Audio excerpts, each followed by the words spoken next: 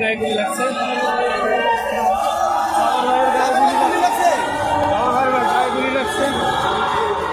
এক ভয়াবহ রক্তক্ষয়ী ও নাটকীয় ঘটনার সাক্ষী হলো রাজধানী ঢাকা।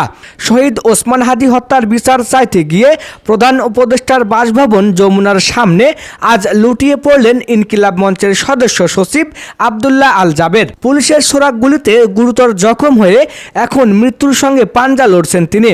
কিন্তু এখানেই শেষ নয়। সভ্যতার সব সীমা ছাড়িয়ে ইনকিলাব মঞ্চের নেত্রী ফাতেমা তাসনিম জুমা এবং শান্তাকে পুলিশের বুট দিয়ে মারিয়ে দেওয়ার অভিযোগ উঠেছে। যমুনার দোরগোড়ায় আজ যে রক্ত ঝরল তার দায়ভার কে নেবে? তবে কি বিচার চাইতে যাওয়ায় এখন সবচেয়ে বড় অপরাধ? যমুনার রণক্ষেত্র থেকে পাওয়া সর্বশেষ তথ্য নিয়ে আমাদের আজকের বিশেষ প্রতিবেদন। দর্শক, শুক্রবার বিকেল জুমার নামাজের পর জনসমুদ্র যখন যমুনার দিকে ধেয়ে আসে তখন পুলিশ শুরু করে নির্বিচারে হামলা। প্রত্যক্ষদর্শীরা জানাচ্ছেন কোনো উস্কানি ছাড়াই ইনকিলাব মঞ্চের নেতাদের লক্ষ্য করে গুলি ছোড়ে পুলিশ। সেই গুলিতে বিদ্ধ হন আব্দুল্লাহ আল জাবের। গতকাল যিনি বলেছিলেন বিচারের তৃষ্ণায় সবচেয়ে বড়, আজ সেই তৃষ্ণা মেটানোর আগেই তাকে স্তব্ধ করে দেওয়ার চেষ্টা করা হলো। মাটিতে লুটিয়ে পড়া জাবেরের রক্তে ভিজে গেছে যমুনার সামনের পিচ ঢালা রাস্তা। যে রাস্তা দিয়ে প্রতিদিন রাষ্ট্রের নীতি নির্ধারকরা চলেন, সেই রাস্তায় আজ এক বিপ্লবীর রক্ত গড়াগড়ি খাচ্ছে। জাবেরের অবস্থা এখন সংকটাপন্ন।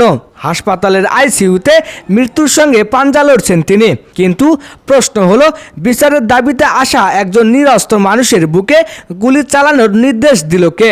জাবেরের গুলিবিদ্ধ হওয়ার পর পুলিশের তাণ্ডব আরও ভয়ঙ্কর রূপ নেয়।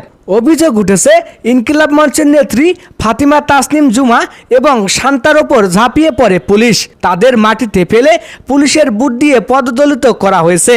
একজন নারী এবং তার ওপর একজন শহীদের বিধবা স্ত্রী, যিনি 10 মাসের শিশু সন্তানকে নিয়ে বিচার চাইতে এসেছিলেন, তাকে বুট দিয়ে মারিয়ে দেওয়ার দৃশ্য দেখে স্তম্ভিত পুরো জাতি। প্রত্যক্ষদর্শীরা বলছেন, পুলিশ সদস্যরা জুমার হিজাব টেনে ধরে এবং শান্তাকে শারীরিকভাবে চরম লাঞ্ছিত করে।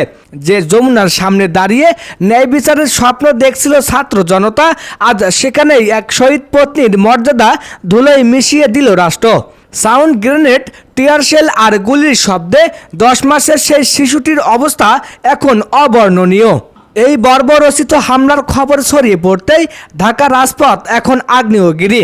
শাহবাগ থেকে শুরু করে মিন্টো রোড, হাজার হাজার মানুষ এখন পুলিশের ব্যারিকেড ভেঙে এগিয়ে আসছে। তাদের এক দফা এক দাবি, হাদি হত্যার বিচার পরে হবে, আগে এই হামলার নির্দেশদাতা এবং জাবেরের ওপর গুলি চালানো পুলিশ সদস্যদের বিচার করতে হবে। যমুনার সামনে এখন বিজিপি ও সেনাবাহিনী মোতায়েন করা হয়েছে। পরিস্থিতি নিয়ন্ত্রণের বাইরে। এত বড় ঘটনার পর এখন পর্যন্ত প্রধান উপদেষ্টার কার্যালয় থেকে কোনো দুঃখ প্রকাশ কেন? শান্তিবাদী সরকারের আমলে এক শহীদ পরিবারের ওপর এই পুলিশি তাণ্ডব। মানবাধিকার কর্মীরা বলছেন, এটি জুলাই বিপ্লবের মূল চেতনার ওপর চরম কুঠারাঘাত। যদি জাবেরের জীবনের কোনো হানি ঘটে, তবে এই আগুনের লেলিহান শিকা পুরো সরকারকে গ্রাস করতে পারে বলে হুঁশিয়ারি দিয়েছেন আন্দোলনকারীরা। তো দর্শক, আব্দুল্লাহ আল জাবেরের রক্তের কি কোনো দাম নেই? পুলিশের বুট কি আজ বিচারের চেয়েও শক্তিশালী? পুলিশের বুট কি আজ বিচারের চেয়েও শক্তিশালী হয়ে উঠল? জাবের কি ফিরে আসবেন আমাদের মাঝে? এই নাটকীয় হামলার পর আপনার কি মনে হয়, এই সরকার কি এখনও বিপ্লবের স্পিরিট ধারণ করে? আপনার মতামত আমাদের কমেন্ট বক্সে লিখে জানান। জাবেরের স্বাস্থ্যের অবস্থা এবং যমুনার উত্তাল পরিস্থিতির প্রতিটি আপডেট পেতে আমাদের সাথেই থাকুন। ধন্যবাদ।